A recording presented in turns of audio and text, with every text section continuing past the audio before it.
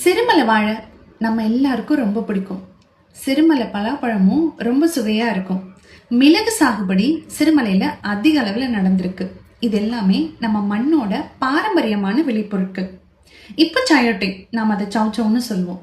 நம்ம சிறுமலையில் விளையிற சயோட்டை தமிழகம் தாண்டியும் பல இடங்களுக்கு விற்பனைக்கு போகுது. அப்புறம் காஃபி. சமீபமா சிறுமலையில அதிக அளவில் பயிர் செய்யப்படுறது காஃபி பிளான்ட். ஆனா 2000 வருஷத்துக்கு முன்னாடி இளங்கோவடிகள் என்ன சொல்லியிருக்காரு தெரியுமா?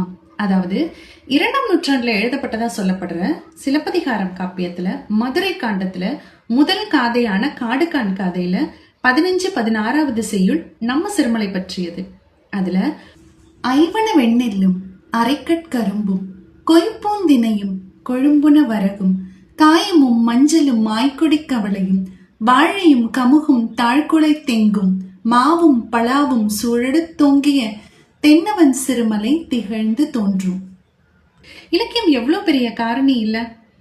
எந்தெந்த காலகட்டத்துல நம்ம மண்ணும் நம்ம மக்களும் எப்படி எப்படி இருந்ததுன்னு நம்மளால தெரிஞ்சுக்க முடியுது. அந்த காலத்தையும் இந்த காலத்தையும் நம்மளால ஒப்பிட்டு பார்க்க முடியுது. டைம் டிராவல் பண்ணி போய் அந்த காலத்தை பார்த்துட்டு வரணுங்கிற ஆசையை தூண்டுது. இலக்கியம் வாசிப்போம், நம்ம மண்ணையும் நம்ம மக்களையும் நம்ம வரலாறையும் தெரிஞ்சுப்போம்.